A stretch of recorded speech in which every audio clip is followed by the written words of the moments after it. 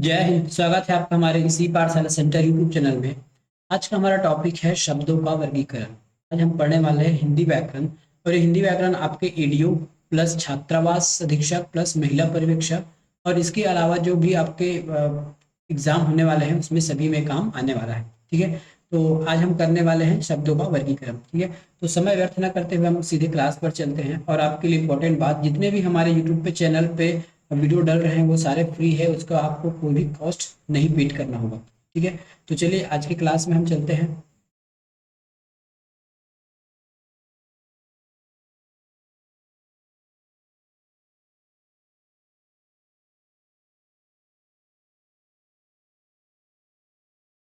सामान्य हिंदी शब्दों का वर्गीकरण। ठीक है, शब्द अभी तक हमने पढ़े हैं कि वर्ण से शब्द बनता है।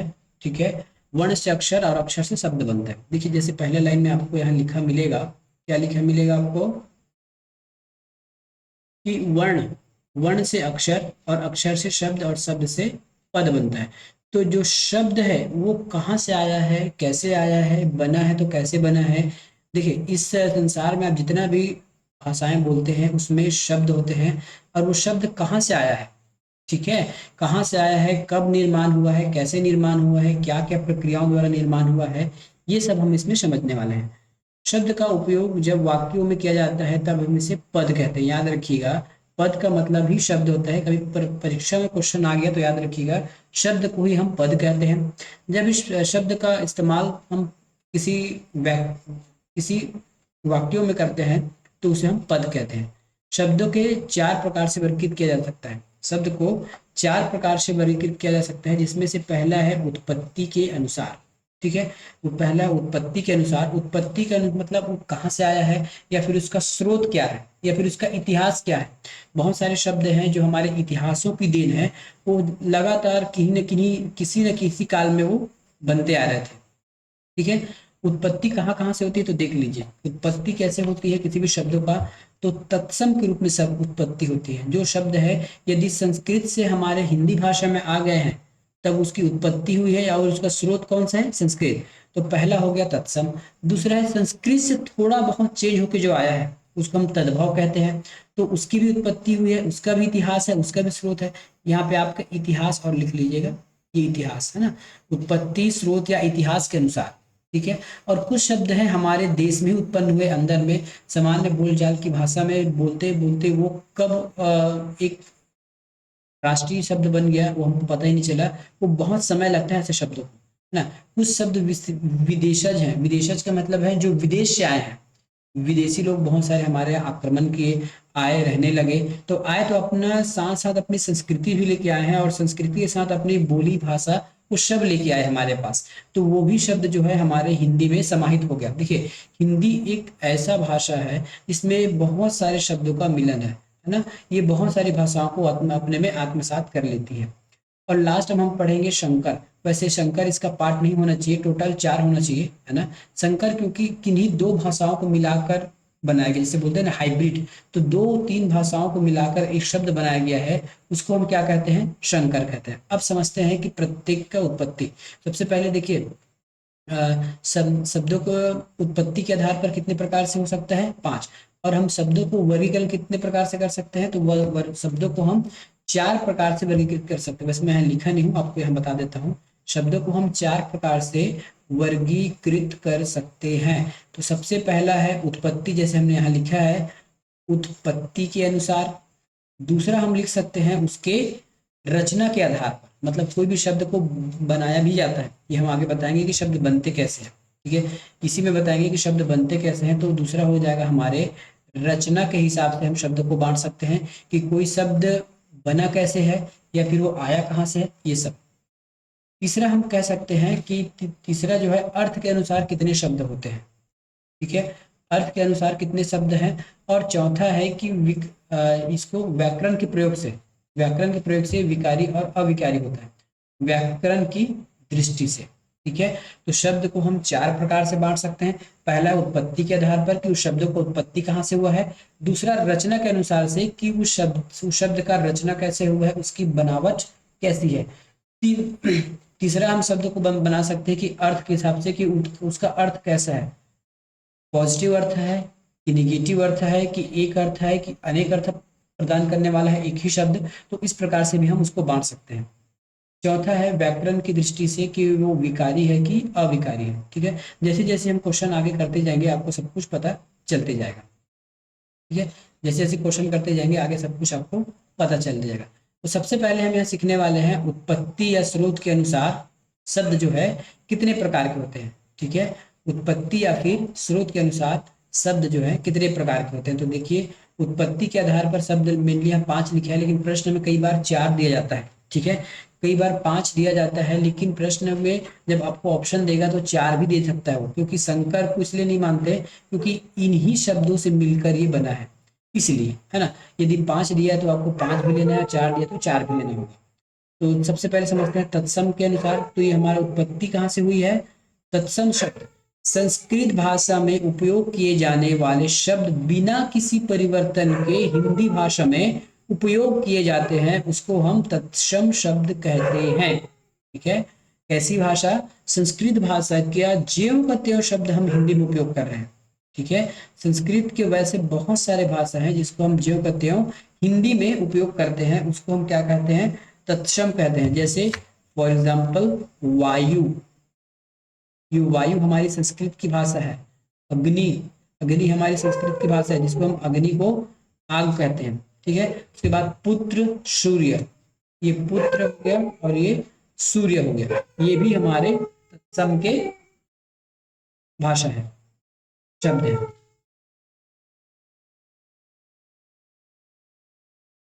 ठीक है, तो वैसी भाषा जो संस्कृत का ज्यों का त्यों हमारे हिंदी में उपयोग हो रहा है उसको हम क्या कहेंगे, तत्सम शब्द। अब देखिए इसका स्रोत का क्या अर्थ हो गया। स्रोत मतलब ये भाषा आया कहाँ से, क्या हमने इस भाषा को बनाया, बिल्कुल नहीं बनाया। ये पहले जो ऋषि मुनि थे या भी जो भी पूर्व में जो भाषा प्रचलित थी संस्कृत में, वो सब हम हिंदी में उपयोग कर रहे हैं, इसको इसलिए हम उसको कहते हैं उत्पत्ति, स्रोत या इतिहास। ठीक है, दूसरा इसमें है तद्भव शब्द। संस्कृत की भाषा को उपयोग किए जाने वाले शब्दों में कुछ परिवर्तन करके हम उसको हिंदी में उपयोग करते हैं, है ना। यह भाषा प्राकृत, अपभ्रंश आदि में उपयोग होती थी, बदल कर उसको हम तद्भव कहते हैं ना। कुछ भाषा ऐसी है जो देखिए पहले संस्कृत आया, संस्कृत के बाद फिर बाकी भाषा आने लगे, तो उसमें कुछ धीरे धीरे चेंजेस होने लगे, है ना। क्योंकि संस्कृत जो है बहुत कठिन भाषा थी ऐसा मानते हैं लोग, लेकिन मुझे नहीं लगता कि संस्कृत कठिन भाषा है। तो उसको देखिए आम जनता के लिए या फिर जो पढ़े लिखे नहीं है उनके लिए संस्कृत थोड़ा क्लिष्ट भाषा थी, तो लोगों ने धीरे धीरे उसका अर्थ या फिर उसके शब्द की बनावट या उसके जो वर्ड को चेंज करते करते बहुत सारे चेंज हो गए, उसी को हम कहते हैं तद्भव। ठीक है, मतलब संस्कृत को जो बोलते थे उसको हिंदी में आसान शब्द में, जैसे हमने यहाँ लिखा है अग्नि, अग्नि या फिर आग। अब देखिए अग्नि कहना आपको आसान लग रहा है कि आग कहना आसान लग रहा है। उसी प्रकार वायु, वायु को हम बोलते हैं हवा, तो वायु बोलना आसान है कि हवा बोलना आसान है। इसी प्रकार पुत्र को हम बोलते हैं बेटा या कुछ भी, है ना। तो इस प्रकार कुछ कुछ ऐसे शब्द हैं जो संस्कृत से चेंज हो गए हैं, क्यों, उसकी डिमांड की वजह से। पहले जो लोग थे अगर संस्कृत नहीं जानते थे तो कुछ आप अभी भी आप देखेंगे कुछ कुछ शब्द ऐसे हैं लोग उसको चेंज कर रहे हैं, है ना। वो धीरे धीरे देखिएगा वही मानक रूप बन जाएगा। उसी प्रकार ये तद्भव जिस समय तत्सम चलता था ये मानक रूप नहीं था, धीरे धीरे ये मानक रूप पर होते होते ये हमारा तद्भव शब्द कहलाने लगा। तो संस्कृत भाषा में उपयोग किए जाने वाले शब्दों का रूप उपयोग करते करते बदल जाते हैं। यह भाषा संस्कृत, अपभ्रंश आदि से उपयोग होती थी जो बदल गई, उसी को हम तद्भव कहते हैं। क्या कहते हैं उसको, तद्भव कहते हैं। जैसे हमने बेटा नहीं लिख सकते, पुत्र को हम लिखते हैं पुत, है ना, और सूर्य को लिखते हैं सूरज। तो स्थानीय जो लोग हैं वो अपने हिसाब से उनको जैसा सटीक लगता है ना, वैसा वो बोलना चाहते हैं। ठीक है, वैसा वो बोलना चाहते हैं। इसको मैं फिर से एक बार लिख के आपको दिखाता हूँ, फिर से वो लोग बोलना चाहते हैं इन सब चीजों को अपनी आसान भाषा में। जैसे हमने यहाँ लिखा पुत्र, पुत्र को क्या कहेंगे हमें, पुत। ठीक है, उसके बाद हमने लिखा था सूर्य, सूर्य को क्या कहेंगे, सूरज। ठीक है, सूर्य कहना थोड़ा क्लिष्ट लग रहा है और सूरज कहना थोड़ा से हमारे मुंह को आनंद देता है या फिर आसानी से हम बोल पाते हैं, इसीलिए तद्भव का विकास हुआ। आगे हम देखते हैं कि तत्सम और तद्भव में पहचानने का तरीका क्या है। ये आपको प्रश्न में पूछा जाता है कि वैसे कौन से शब्द हैं जिसका तद्भव और तत्सम बताइए, या फिर तत्सम वाले शब्द को तद्भव में क्या कहते हैं। ठीक है, तत्सम शब्द बता दिए क्या चीज होता है। अब देखिए, प्रायः जो तत्सम होता है उसमें श का उपयोग होता है, छत्री वाला। ये देखिए, प्रायः वैसे जो शब्द हैं जिसमें छत्री का उपयोग होता है, और तद्भव में यही छत्री जो है हमारा ख बन जाता है। ठीक है, यही छत्री हमारा ख बन जाता है। तो जैसे हमने लिखा है ना शार, जैसे हमने यहाँ लिखा है आपका छार। छार को हम क्या कहते हैं, तद्भव में उसको छार को क्या कहेगा, छार को कहा जाएगा खार।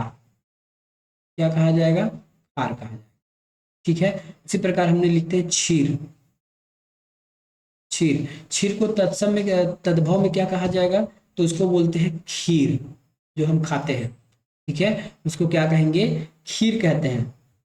ठीक है, अक्षी, कुछ शब्द होता है अक्षी। अक्षी को तद्भव में क्या कहेंगे, अक्षी को कहेंगे आंख। अक्षी मतलब होता है आंख। जैसे इसका मतलब नहीं है, इसको हम क्या कहते हैं, ये हो गया हमारा तत्सम में अक्षी, और तद्भव में कहेंगे उसी को आंख कहेंगे। ठीक है, इस प्रकार कुछ कुछ ऐसे शब्द हैं जिसको श में ख हो जाता है।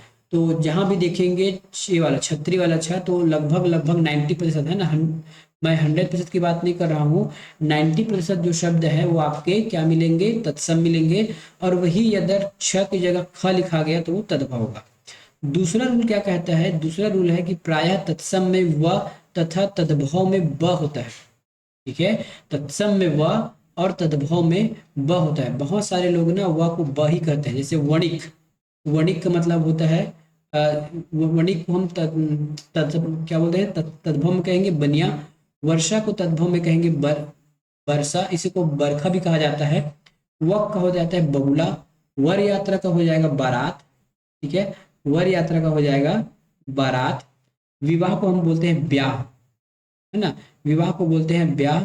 व से हो जाएगा वानर, और ब से हो जाएगा बंदर। विद्युत को बिजली कहते हैं। ठीक है, तो जहां जहां वह है वहां वहां पे ब का उपयोग किया जाता है। जैसे बहुत लोग बोलते हैं व्यवधान, लेकिन व्यवधान न बोल के बोलते हैं व्यवधान। तो कुछ इस प्रकार शब्द जो है चेंज हो जाते हैं। ठीक है, तो इसमें याद रखिएगा कि तत्सम में व होता है और तद्भव में ब होता है। ठीक है, तत्सम में व और तद्भव में ब। तत्सम में श के स्थान पर स हो जाता है। ठीक है, ये शक्कर का स, और ये कौन सा है, शक्कर और सरोता। ठीक है, शाक, शाक का मतलब होता है शाक। शुक का मतलब होता है सुआ। देखिए, शाक बोलते हैं तत्सम में, और तद्भव में साग बोलते हैं। शुंड, शुंड को बोलते हैं शुंड। शुंड मतलब हाथी का जो निकलता है वो वाला। श्यामल, श्यामल को बोलते हैं सांवला। ससुर का हो जाता है, ससुर का हो जाएगा ससुर। तो ये इसकी पहचानने की ट्रिक है। आप उसको ट्रिक बोलो या जो भी बोलो, ये इसकी तरीका है। प्रायः तत्सम में य तथा तद्भव में ज होता है। ठीक, ठीक है, य का ज। इसको आप कैसे याद करोगे, ये आप ऐसे करोगे, या ऐसे कर लीजिए स स। पहले क्या याद किए थे, पहले हम याद किए थे यहाँ पे अक्ष और ख, व और ब, है ना। तो ये अक्ष प्लस ख, ये व का ब, है ना। ऐसे कहीं एक जगह लिख के याद कर लीजिएगा। और य का ज। तो युवा का हो जाएगा जुवा या फिर जुआ। युग, जुग, युग का हो जाएगा जुग।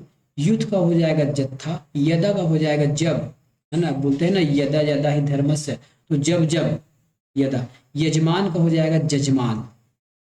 योग का हो जाएगा योग। योगी का हो जाएगा जोगी। यत्र का मतलब हो जाएगा जहां।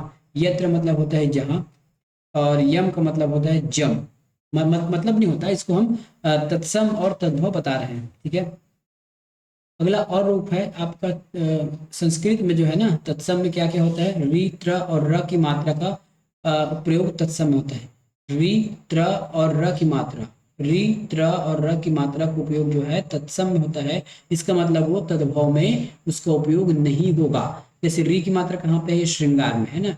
मातृभार्या घृत मृतिका। देखिए, मृतिका को मिट्टी, घी, भाभी और श्रृंगार। ये मान लीजिए यदि वो बोलने में थोड़ा कठिन है, यदि कोई शब्द बोलने में कठिन है, इसका मतलब ये है कि वो तत्सम है। और उससे अपेक्षा यदि बोलने में आसान है, उससे से मिलता जुलता शब्द है, तो वो तद्भव कहलाएगा। जैसे घृणा, घृणा को कहते हैं घृण। गृहिणी को हो जाएगा घरनी। वृद्ध का हो जाएगा बुढ़ा। श्रृंग का हो जाएगा सिंह। उसी प्रकार त्र वाले देखिए, जितने त्र वाले हैं वो तत्सम है।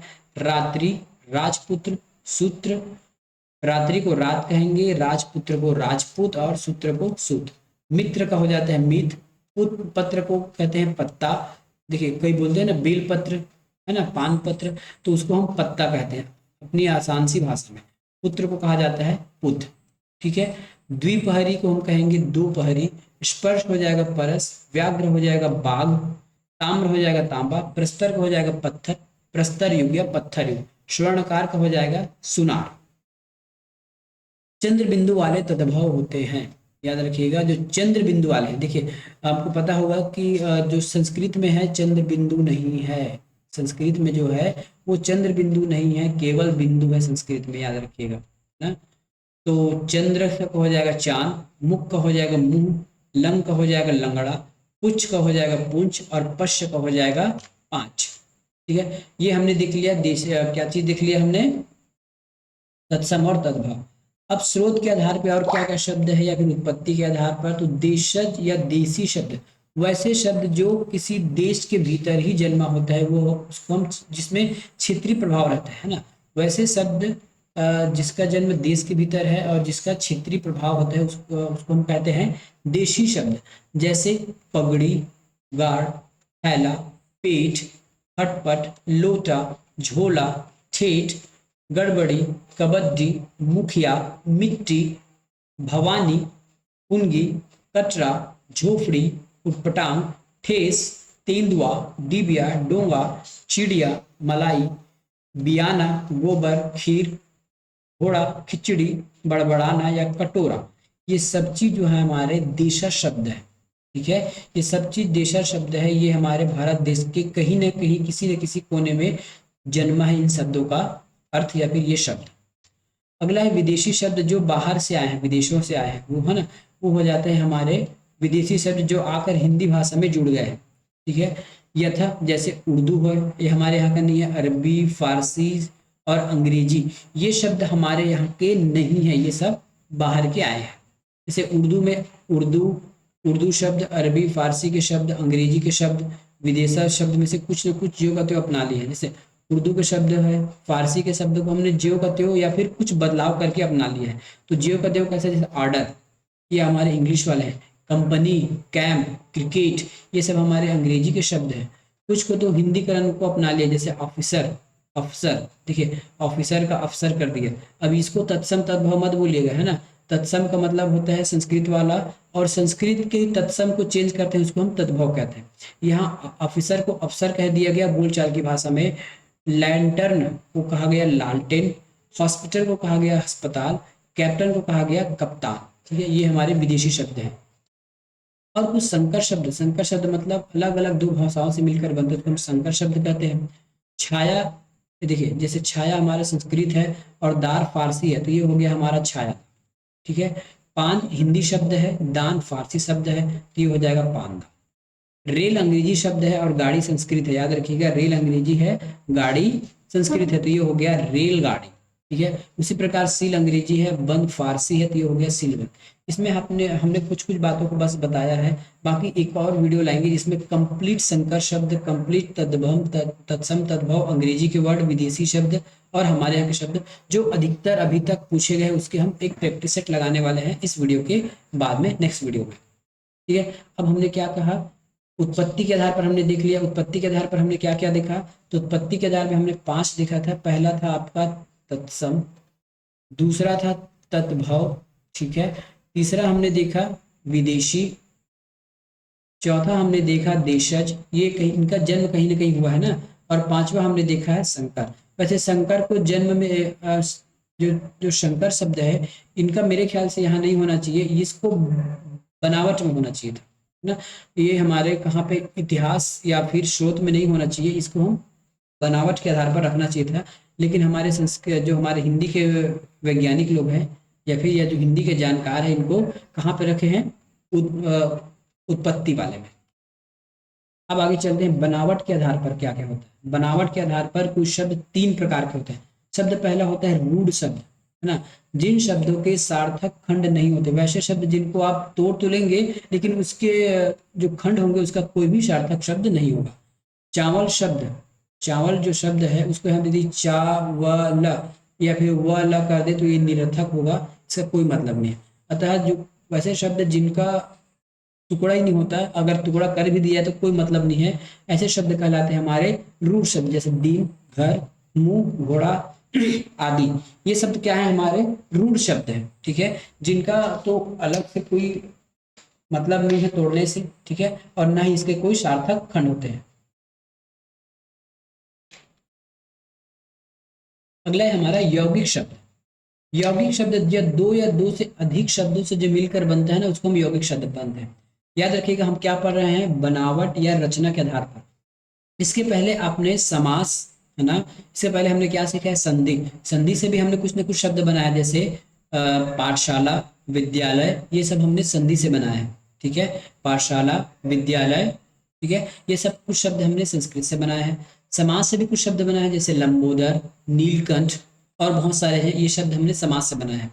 प्रत्यय से भी समास बनाया गया है, सॉरी, प्रत्यय से भी शब्द का निर्माण किया गया है और उपसर्ग से भी शब्द का निर्माण किया गया है। अगर प्रश्न ऐसे कहा गया कि निम्न में से कौन सा ऐसे तत्व है या फिर कौन सा निम्न में से क्या बोलते हैं अंग है जिनसे शब्दों का निर्माण हुआ है, तो वो सब आ जाएंगे हमारे संधि के द्वारा। हम कहीं ना कहीं शब्द बनाते हैं, समास के द्वारा कहीं ना कहीं हम किसी चीज को संक्षेप करते हैं, प्रत्यय में मूल शब्द या फिर किसी संज्ञा में जोड़कर हम उसको प्रत्यय बनाते हैं और उसका अर्थ का उसके अर्थ में कुछ बदलाव होते हैं। उपसर्ग में भी हम शब्द में कुछ जोड़कर शब्दों का निर्माण करते हैं, जैसे विज्ञानिक, सामाजिक, विद्यालय, राजपुत्र। देखिए ये राजपुत्र आपका समास हो गया, विद्यालय संधि से बना है, सामाजिक में आपका प्रत्यय लगा है और विज्ञान आपका उपसर्ग है, ठीक है। क्या क्या कहा मैंने, क्या क्या कहा देखने जाइए।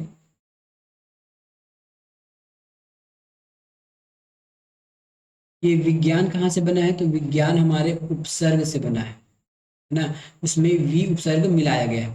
सामाजिक हमारे प्रत्यय से बना है ना, इसमें इक प्रत्यय लगाया गया है। विद्यालय का जो निर्माण है, विद्यालय शब्द का जो निर्माण है वो संधि से हुआ है ना, विद्या प्लस आलय। उसी प्रकार राजपुत्र का जो अर्थ है ना, वो समास है हमारा। तो इस प्रकार हम यौगिक शब्द कैसे बनते हैं, तो दो या दो से अधिक शब्दों से मिलकर बना शब्द यौगिक कहलाता है। तीसरा है योग गुण, वैसे शब्द जिसका किसी शब्द का अर्थ ना होकर किसी अन्य होता है, जैसे पीताम्बरी, जलधर, लंबोदर, दशानन, नीलकंठ, गिरधरी, लाल फीताशाही और चारपाई। इन शब्द का अर्थ एक ना होकर, मतलब इसमें जैसे पीताम्बरी, पीताम्बरधारी, पीताम्बरधारी हम किसी के लिए उपयोग नहीं कर सकते, ये केवल भगवान विष्णु के लिए उपयोग होता है। जलज, लंबोदर केवल भगवान गणेश के लिए उपयोग होता है। दशानन रावण के लिए उपयोग होता है। नीलकंठ भगवान शंकर के लिए और कभी कभी मोर के लिए उपयोग होता है। गिरधर भगवान कृष्ण के लिए उपयोग होता है। तो ऐसे कुछ शब्द को फिक्स कर दिया गया है कि इनका शब्द जब भी आएगा तब इनका एक विशेष अर्थ निकलेगा, तो ये होता है हमारा योग गुण। अब देखते हैं अर्थ के आधार पर ये 5 प्रकार के होते हैं, ठीक है। एक ही शब्द को हम अर्थ के आधार पर 5 प्रकार के मानते हैं। जैसे एक अर्थी, जैसे गंगा का मतलब होता है गंगा जो नदी है, रिवर। पटना एक शहर का नाम है, ठीक है। राधा किसी लड़की का नाम है। जर्मन एक देश का नाम है। मार्च एक महीने का नाम है। मार्च कहने से हमको देखिए इंग्लिश वाला मार्च अलग है ना, उसका मतलब होता है यात्रा करना या फिर जो भी है वो मार्च, वो वाला मार्च अलग है। यदि हम हिंदी में मार्च की बात करें तो मार्च का मतलब एक ही अर्थ है, वो कोई किसी महीने का नाम है। राधा कहने का अर्थ ये होता है कि वो किसी लड़की का नाम है। पटना कहने से पता चलता है कि वो स्थान का नाम है ना, मतलब पटना जो है स्थान के नाम को बता रहे हैं, गंगा नदी के नाम को बता रहे हैं, तो इसको हम कहते हैं एक अर्थ। जिन शब्दों का केवल एक ही अर्थ होता है उसको हम एक अर्थी कहते हैं। अब देखते हैं अनेक अर्थी। जैसे आकाश, आकाश का अलग अलग मतलब होता है। जैसे अंबर, अंबर के अनेक अर्थ होते हैं। जैसे इसको देखिए, ये आकाश नहीं अंबर, अंबर के अनेक अर्थ होते हैं। अंबर को हम आकाश कहते हैं। अंबर का ये अर्थ होता है बादल, अंबर का ये अर्थ होता है कपड़ा, और अंबर का ये अर्थ होता है कपास, और अंबर को हम इत्र भी कहते हैं। देखिए अंबर के कितने सारे शब्द हैं, तो वाक्यों के हिसाब से इसका अर्थ लगाया जाता है, ठीक है। अंबर मतलब आकाश, बादल, कपड़ा, कपास, ये सब होते हैं। लेकिन आकाश का मतलब आकाश ही होता है, बादल का मतलब बादल होता है, कपड़ा का मतलब कपड़ा ही होता है। इस प्रकार देखिए अंबर के अनेक अर्थ हो जाए। अब समानार्थी देखिए, जो समान अर्थ को दिखाते हैं या उसी को पर्यायवाची भी कहते हैं। हिंदी भाषा में अनेक शब्द ऐसे हैं जो उसी भाषा के समान अर्थ देते हैं, जैसे जल, ठीक है, जल का मतलब होता है पानी। मैं यहाँ लिख देता हूँ, ये हो गया जल, जल बराबर हो जाएगा आपका पानी, पानी बराबर हो जाएगा आपका नीर, और नीर बराबर हो जाएगा आपका वारी पयोग। ये सब एक ही वर्ड देते हैं, जब जल का हो, नीर का हो, पयोग का हो, वारी का हो, है ना। इसके और डीप मीनिंग में जाएंगे तो जल और पानी में कुछ अंतर अलग अलग है ना। जल जो जो पीने योग्य जल है ना, जो हम पीते हैं उसको जल कहते हैं। पानी तो वैसे सभी के लिए उपयोग होता है, जैसे वो तालाब का पानी हो, समुद्र पानी हो, एक नाले का पानी हो। नाले के पानी को हम जल नहीं कहते, केवल जो पीने के लिए उपयोग करते हैं उस पानी को हम जल कहते हैं। लेकिन ये बहुत अंदर जाके डीप नॉलेज लेने वाली बात है। लेकिन यदि हम उसका सामान्य अर्थ देखें तो जल का मतलब एक लिक्विड है ना, पानी का मतलब लिक्विड, नीर, ये सब एक ही अर्थ को प्रदान करते हैं। विपरार्थिक विपरीतार्थिक या विलोम शब्द, वैसे शब्द जो एक दूसरे के विलोम होते हैं वो विपरीत, जैसे रात, है ना, रात के उल्टा हो जाएगा दिन, दिन के उल्टा रात, माता के उल्टा पिता, ये शब्द है। अब कहते हैं समरूपी, समरूपी भिन्नार्थक। ठीक है, समरूपी भिन्नार्थक शब्द, जिन शब्दों का उच्चारण लगभग एक जैसे होता है लेकिन उसका जो अर्थ है अलग होता है। ठीक है, लेकिन जो उसका अर्थ है वो अलग अलग होता है। ठीक है, उसका जो अर्थ है वो अलग अलग होता है। जैसे हम यहाँ कुछ शब्द को लेते हैं, बाद में इसका एक प्रैक्टिस सेट करेंगे, इसमें बहुत सारे शब्द को लेंगे जिसमें क्वेश्चन आते हैं। फिलहाल अभी आपको इस चैप्टर को में हम कुछ कुछ शब्द बता देते हैं, जैसे क्षति, क्षति, और एक होता है क्षिति। ठीक है, अब दोनों का अर्थ अलग है, पढ़ने में तो एक ही मतलब होता है ना। जैसे हम बोलते हैं क्षति या क्षिति तो एक जैसे भाव देते हैं, लेकिन इसका अर्थ अलग होता है। इस क्षति का मतलब होता है हानि, ठीक है, और इस क्षिति का अर्थ होता है पृथ्वी। ठीक है, इस क्षिति का अर्थ होता है पृथ्वी। उसी प्रकार हम कहते हैं जरा, जरा का अर्थ होता है वृद्धावस्था, वृद्धावस्था। इसके विपरीत एक होता है जरा, जिसमें नुकता वाला ऐसा, जरा, जरा का मतलब होता है तनिक या थोड़ा सा। ठीक है, देखिए, तो इसको कहते हैं समरूपी भिन्नार्थक। नाम से पता चल रहा है उसका रूप सम है लेकिन उसके अर्थ जो है अलग है। भिन्नार्थक ना, रूप सेम है लेकिन उसका अर्थ जो है वो अलग है। ठीक है, तो नेक्स्ट और क्या करते हैं हम, प्रयोग के आधार पर, लास्ट चौथा है, प्रयोग के आधार पर कोई शब्द विकारी हो सकता है और अविकारी हो सकता है। इसको वैसे नेक्स्ट क्लास इसका हम और पढ़ने वाले हैं डिटेल की ये क्या क्या चीज है। ठीक है, विकारी शब्द, जिन शब्दों पर लिंग कारक वचन का प्रभाव पड़ता है। ठीक है, वैसे शब्द जिन पर लिंग, वचन, कारक और काल के आधार पर प्रभाव पड़ता है उसे हम विकारी शब्द कहते हैं। जैसे मैंने यहाँ लिख दिया लड़का। ठीक है, इसी को हम क्या कह सकते हैं, यदि लिंग के इसमें अगर कुछ प्रभाव पड़े तो अब इसी शब्द को हम बना देंगे लड़की। ठीक है, और इसी शब्द को हम यदि वचन का प्रभाव पड़े इस शब्द पर तो ये हो जाएगा लड़के या फिर लड़कों, लड़कों। ठीक है, तो ऐसे शब्द हैं जो उसके वचन काल के आधार पर कुछ न कुछ उसमें चेंज होता रहता है। इसको हम कहते हैं, जैसे मैंने कहा जाना, जाना, जाना को हम लिख सकते हैं जाते, जाते को लिख सकते हैं और जाना, या फिर जाना, जाते, जाति, ये जाते। ठीक है, तो इसको हम थोड़ा थोड़ा चेंज करके लिख सकते हैं, मतलब इसमें लिंग के अनुसार वो शब्द ऑटोमेटिक चेंज हो जाता है, काल के अनुसार वो शब्द ऑटोमेटिक चेंज हो जाता है। ठीक है, जैसे राम जाता है, देखिए एक मान लेते हैं जाना, तो राम जाता है, राम जाता है। अब यही कह देंगे तो सीता जाती है। ठीक है, सीता जाती है। अब देखिए राम का उपयोग यदि यदि राम पुल्लिंग है तो वो जाता कहलाया, सीता स्त्रीलिंग है तो वो जाति हो गया। तो इस प्रकार कुछ ऐसे शब्द हैं जो जिसका लिंग, वचन और कारक के आधार पर अर्थ में प्रभाव पड़ता है और वो अपने शब्द को विकृत हो जाती है या फिर अपने बनावट को चेंज कर लेती है। इसको हम कहते हैं विकारी शब्द। और कुछ ऐसे शब्द हैं अविकारी जिन पर लिंग, वचन, कारक का कोई प्रभाव नहीं पड़ता, है ना, इसका कोई प्रभाव नहीं पड़ता, इसलिए इसको हम क्या कहते हैं, अविकारी। जो चेंज ना हो वो अविकारी, जो चेंज हो जाए वो विकारी। जैसे हमने लिख दिया आज, क्या लिखा हमने, आज, आज कभी भी चेंज नहीं होगा, चाहे स्त्रीलिंग के लिए हो, पुल्लिंग के लिए हो, एक व्यक्ति के लिए, दूसरे व्यक्ति के लिए, है ना। जैसे उसके बाद लिख देते हैं तेज, है ना, धीरे लिख देते हैं, धीरे, धीरे। कुछ कुछ ऐसे शब्द हैं जो इनका अर्थ चेंज नहीं होता काल के, जैसे आज राम आएगा, आज सीता आएगी, सीता धीरे चल रही है, राम धीरे चल रहा है। देखिए राम के लिए भी वो धीरे हो गया, सीता के लिए भी धीरे हो गया, राम आ जाएगा, सीता आ जाएगी, सीता के लिए भी आज है, राम के लिए आज है, वे लोग आ जाएंगे, वह आज आएगा, ठीक है। वे लोग बहुवचन, वह आ जाएगा एक वचन। तो किस प्रकार, तो देखिए लिंग, वचन और कारक के हिसाब से आज में कोई फर्क नहीं पड़ रहा है, या धीरे शब्द में कोई फर्क नहीं पड़ रहा है, तो इसको हम क्या कहते हैं, अविकारी शब्द, जो परिवर्तन ना हो, ठीक है। तो इसका हम बाद में करने वाले हैं डिटेल, इसमें क्या क्या आता है। तो विकारी में क्या आएगा, विकारी में आपके संज्ञा हो गया और बहुत सारी चीज है वो विकारी में आते हैं, संज्ञा, सर्वनाम, ये सब हमारे विकारी वाले शब्द हैं। तो इसको हम आगे चल के पढ़ेंगे डिटेल कि विकारी कौन कौन से शब्द हैं, ठीक है। तो आज की वीडियो में इतना ही, मिलेंगे नेक्स्ट वीडियो में, तब तक के लिए धन्यवाद। चैनल पर नए हैं तो यदि आपको वीडियो पसंद आ रहा है तो जरूर वीडियो को लाइक कीजिए और चैनल को सब्सक्राइब कीजिए।